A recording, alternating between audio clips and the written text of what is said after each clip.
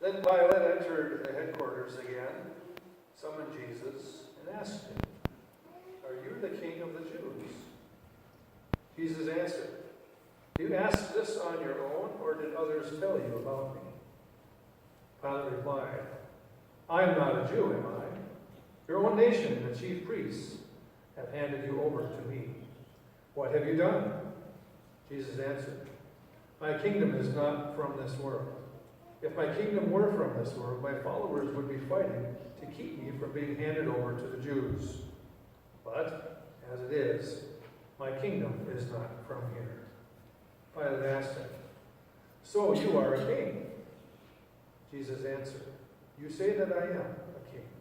For this I was born, and for this I came into the world, to testify to the truth. Everyone who belongs to the truth listens to my voice." The Gospel of the Lord. Dear hearers of the Word of God, grace and peace to you from God our Father and from our living Lord and loving Savior, Jesus Christ our King. Amen.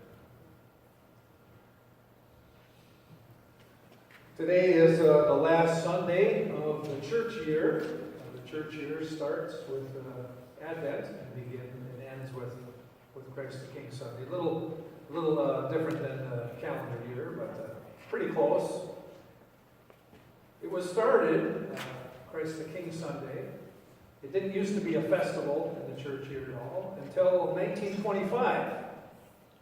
And Pope Pius XI instituted Christ the King Sunday as a festival to remind Christians of the time that their allegiance was to their spiritual ruler in heaven, as opposed to the earthly ruler at the time. In Rome was a guy named Mussolini, who claimed to be the leader. That was his name. And so the Pope said, not so much. So let's remember who the real king is. And so as the mainline churches, Catholic, Protestant churches, Episcopalian, Lutheran, and Presbyterian, we share the church year calendar together. And so we also celebrate Christ the King. The last Sunday of the church year. Well, if it's Christ the King Sunday, why are we reading from the Gospel of John where Jesus is on trial? Why don't we have Jesus, a story of him calming the storm, where he is the king of the mastery over the wind and the waves, and the wind and waves obey him? Why not from the Gospel of John earlier on, when he raises Lazarus from the dead? He says, "Lazarus, come out." Or at least when he commands the demons to do something, where we show Jesus' mastery, over the demon realm. But instead, we have Jesus before Pilate, the Roman governor of Judea. Pilate's primary function as the governor was military. But as a representative of the empire, he was also responsible to make sure all the taxes got collected. And so, in the Gospels, you hear about Jesus hanging out with sinners and tax collectors. They were not very, they did not looked upon highly by the local populace. During the Passover, it was a festival that had deep religious significance, but also national significance. Pilate, as governor, would have been expected to keep order, to keep everything well oiled. Okay, this is after all Roman rule, and he didn't want things to get out of hand. He would not ordinarily be visible among the worshipers, because the Romans made a deal with the Jews. In the temple, they used to have the Roman eagle and Roman different things in there, and they said, "Get it out," and they fought over it. And the Romans said, "Okay, fine, just don't. We'll move our stuff. You can have your stuff. You stay there. We'll stay away. We'll just keep away from you." on the Temple Mount, on the Temple platform, you had the temple in the middle, but off to one side was a fortress called the Fortress Antonia. It's where the garrison was stationed, the Roman soldiers, in case the people, the Jewish people, felt the inclination to revolt and chase the Romans out, as they did with the Greeks earlier. And so the Romans always had a wary eye on the Jewish worshippers. But they stayed out of sight, just to not to inflame, the tension there. So normally Pilate is out of sight. But now he's brought up front. He's brought to make a choice. And now it's Jesus' trial. Now there's something about a trial that attracts us. TV shows are all about that, right? There's lawyer shows. Anybody remember the name of this show is? Matlock. Yeah, Andy Griffith has a new career instead of a sheriff. Now he's a lawyer. By nature, the trials are dramatic. That's why we like to watch those kind of shows. Guilty or innocent? Who's going to find out? But we all know how the trial of Jesus ends. He is guilty, sentenced to death by crucifixion. A typical Roman invention. It required absolutely no skill at all on the part of the executioner. Absolutely none. Can you pound a nail? Can you lift up a piece of wood? You can do it. There's no blades to sharpen, no scaffolding to erect or build. Gravity did all the work. And time. Gravity and time. If you're a healthy man, if you weren't practically beaten to death and whipped to death, you'd last 10, 12 hours. Just long enough for all the birds to come and eat you, Very gruesome thing. Jesus, the fact that he was almost dead when he was hung on the cross, didn't last as long as the others. It wasn't just the crucifixion, no. He was preceded by, as I mentioned, beatings, insults, spitting, and the last indignity, especially for Jews, stripped naked for all the world to see. And yet, that's the end. But we read through the trial today from the Gospel of John. And that there's a tension still. Pilate is still trying to figure out a way to get out of it. What is he going to do? He knows the truth of the matter. He knows that Jesus is innocent. He knows that they trumped up a charge against him.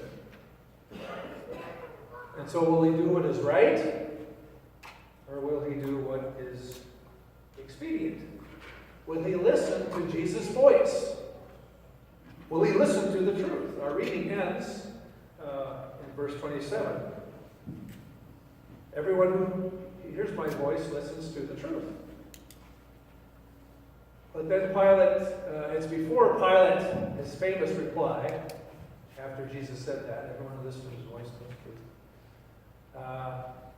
It's right before Jesus replied with his famous, or infamous saying. And this is him, Jesus. There's no jury there, there's no box, there's no defense. It's just Pilate and Jesus. Remember what Pilate said after Jesus said, everyone who knows the truth listens to my voice? And what he replied with? Anyone? What is truth? What is truth? That's the name of this painting from 1890. Nikolai, Russian painter. What is truth? Indeed. But here it's not as cut and dried as we may think it is, as appears. As Roman governor, who does Caesar, or who does Pilate, I just gave it away, who does Pilate owe his loyalty to? Caesar. Caesar. The word czar, Russian czar, means Caesar, Roman leader. Part of that allegiance is to not bring dishonor upon Rome. by one's actions. You are a representative of Caesar. You are to act accordingly. You are not to bring dishonor upon Caesar.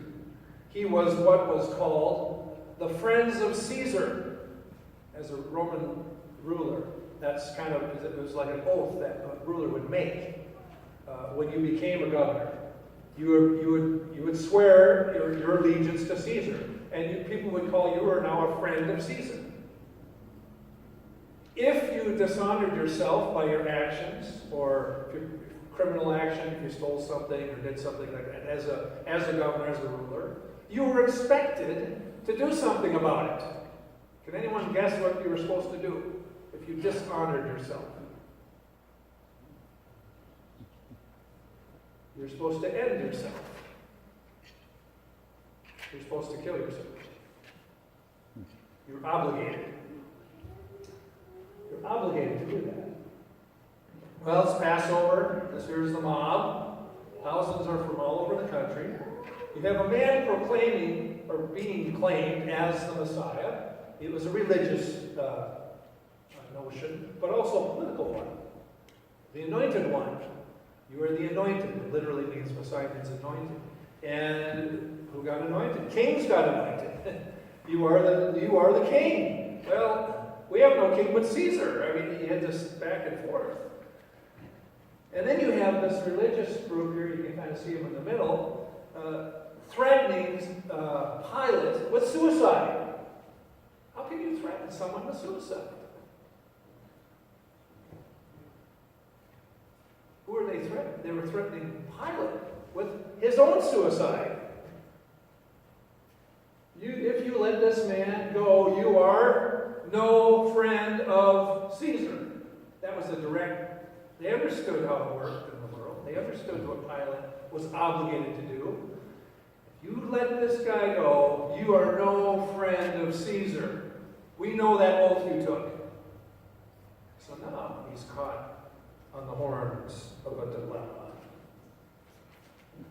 How do you alleviate this crowd? What do you do? Well, maybe that's part of it.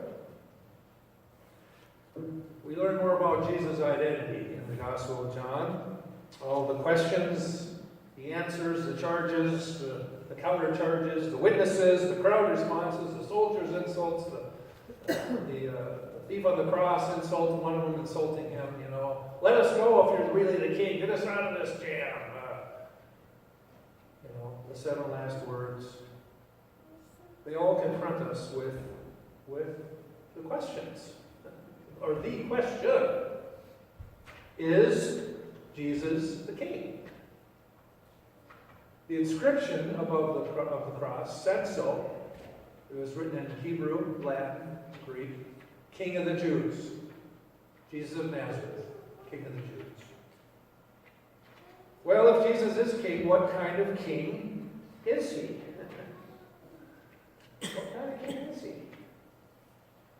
There's no dramatic revelation of a witness at the very last minute, right before the jury decides, like on those TV shows, Matlock or Perry Mason or any one of those shows like that. No testimony that's going to set him free.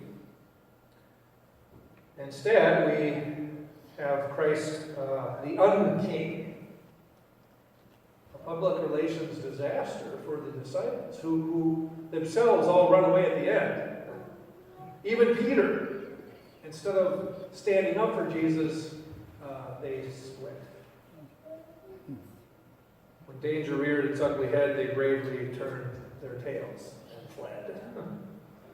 All the way through Sunday evening. It's not until Sunday night, the Easter resurrection day, when Jesus says to them, "Peace be with you." They're all huddled up in the upper room. But throughout his ministry, Jesus has been redefining what his kingdom will be like. Jesus was satisfied with the title Messiah. Peter said, "You are the Christ, the Son of the living God." Nathanael confessed him as King of Israel. Martha, when Jesus came and raised her brother Lazarus from the dead, she said, "You are the Messiah, the Son of God coming into the world." Yet Jesus carefully avoided and evaded any attempts for the crowd, the people, to force him to do it, to show power, to prove it. In the very beginning of his ministry, when the devil tempted him, said, "If you're a son of God, prove it. Show me. Let me see it. Turn stones to bread. Jump off the temple. Make a deal." After he fed the 5,000, people wanted to force him to make him king, and he said no. He left. He went away. He went away. Maybe because he knew the story, the Greek story. This story. It's called the Argonautica. Argonaut. It's a poem written back in the 3rd century BC, 300 years before Jesus. A story about a tale of Jason and the Argonauts. They made it a movie in 1963. And the animator got an Academy Award for stop animation when the skeletons were fighting with swords and stuff. He won an Academy Award back then. That was before computer graphics and everything. Actually had to film every little frame. Well, the story, there's a character in this story that is vital for the success. A guy named Orpheus. They had to sail through next to these rocky islands, and on this rocky island, these beautiful women singers, they're called the sirens, would sing this beautiful song, and every ship that passed by wanted to hear that song and get closer. It was so beautiful that they were drawn to that sound. And the rocks, the ships would be smashed by the waves onto the rocks, and they're perished. And they brought along a guy named Orpheus. Orpheus. He drew out his lyre, and he would sing, and his music would counteract the sounds of the sirens. Siren song. When Orpheus sang, the sailors said, "Well, this is better music than them," and they were able to sail away. It was this like a magical power to draw them to the sirens. When Orpheus sang, he had a better tune. He drowned out the sirens' songs. Jesus knew that the siren song of political power would be his undoing if he listened to it. If he listened to the crowd and forced him to be king. Be a king like we want you to be. Jesus had a king, he is king. But he had a different kind, a servant king. The one who washes the feet, the slaves did. The kind of king that treats children of all people. He said, "Let the little children come unto me." Who talked to women and treated them with dignity. He talked to outcasts, sinners, those with debilitating diseases, those who were forbidden to come to the temple. If you were maimed, if you're crippled, you have any kind of disease, you couldn't worship. Jesus welcomed. It wasn't a human ordering of power. Jesus was born from above. It was his kingdom was not from this world. When James and John asked Jesus to grant him a place of honor, to sit at his right hand and his left, they were interested in the normal ordering. They thought they would get the upper hand or inside track to get some of that power. It was before Jesus did this. It was before he was betrayed. This is right before he started the first Holy Week. So Gentiles rulers, they lord it over their subjects. You know that. I know that. But among you, it's not supposed to be like that. And it won't be like that. Whoever would be great among you, he must be your servant. Whoever would be first among you must be last of all and servant of all. For the Son of Man came not to be served, but to serve, and to give his life as a ransom for many. Jesus is a king, a servant king. But that's the hard part of it, isn't it? That's the hard part for us. We don't vote for kings. Is Jesus king? It demands a response. And unlike Pilate here, We can't wash our hands of it. We have to respond. Do we reject King? Do we reject Jesus as King? Or acknowledge Him as King? Journey with Him. Listen to His voice, which is more beautiful than all the other voices out there. The voice that called Lazarus from the dead. The voice that calmed the waters. The wind and the waves. The voice that said, "Follow me." It is the same voice that calls each of us by name, reminding us that everyone who belongs to the truth listens to His voice. We belong to Him, Christ the King. Amen. Please stand and let us confess together our Christian faith in Christ the King, using the words of the King.